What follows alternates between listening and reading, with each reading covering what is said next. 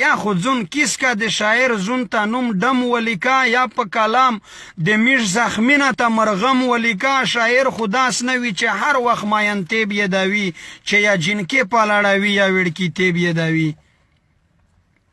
کیسې د وړکې د جنکې د مخابات ویلې کې بار بار ستاینه د لوت کوم د عادت ویلې کې مکه لږ وکه نصیحت خلق ته د شعر په ژبه لږ ور وشایه ننګ غیرت خلق ته د شعر په ژبه چې په یوولي د لار بر پښتونستان دعا کې ځون ته شاعر ویایې د کوم د ترجمان دعا کې په سره ورشنډ په زیړ مغزي ترجماني نشي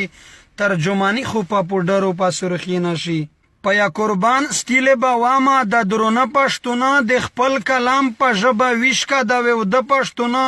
زون ته پښتین ویای دا سرنګ ضمیر لاره شیطان څټل یدو په ژبه ش تاثیر لاره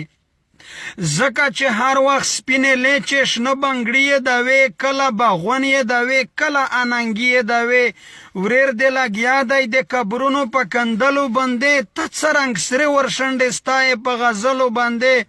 خواند یې د اوته په یو بلدار خیرات تلاوی اغیار روڅی د تو ناموز د تو غیرات تلاوی خواند یې د اوته په یو بلدار خیرات تلاوی اغیار روڅی د تو ناموز د تو غیرات تلاوی کله د ډنګ د کیر د ډنګ د مهاجر شریجه